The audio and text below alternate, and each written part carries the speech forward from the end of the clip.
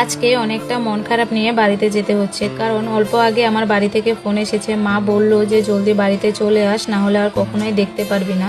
তো কেন এই কথাটা বলেছে অবশ্যই তোমাদের সাথে এই ভিডিওতে আমি বলছি। ভিডিওটা স্কিপ করবে না বন্ধুরা, স্কিপ না করে ফুল ভিডিওটা দেখো, তাহলে তোমরা সব কিছুই বুঝতে পারবে। আর বিশ্বাস করবে না, যখন মা এই কথাটা বলেছে এতটা আমার মনটা খারাপ লাগছিল, তোমাদেরকে আর কি বলি। তো অবশ্যই ভিডিওটা দেখো, তোমাদের সাথে সবটাই বললাম।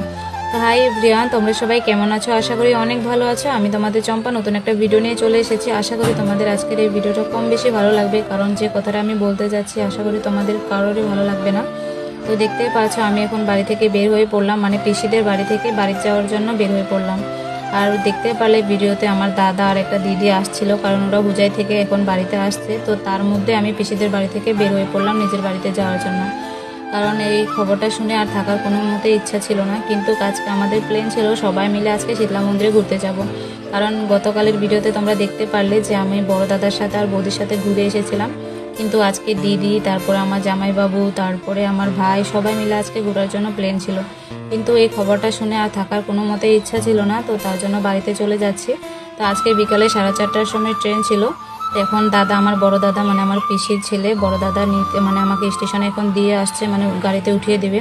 আমি না কখনোই এরকম একা একা কখনো কোথাও যাইনি, এই প্রথমবার, জানি না এইভাবে যাচ্ছি। আমার অনেকটা ভয় লাগছে, কারণ আমি কখনো যাইনি।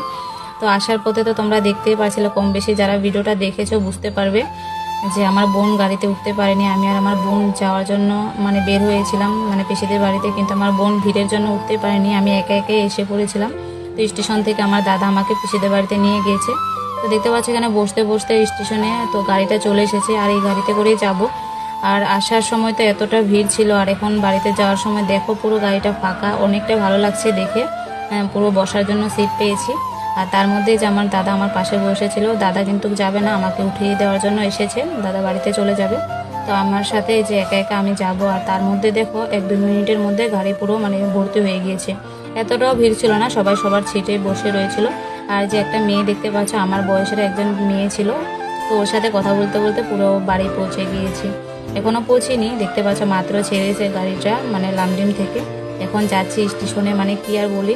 আমার ভাই আগে থেকে চলে এসেছে স্টেশনে, কারণ অল্প আগে আমাকে ফোন করেছে, যে বলছিল দিদি কতটুকু এসেছিস, আমাকে বলল।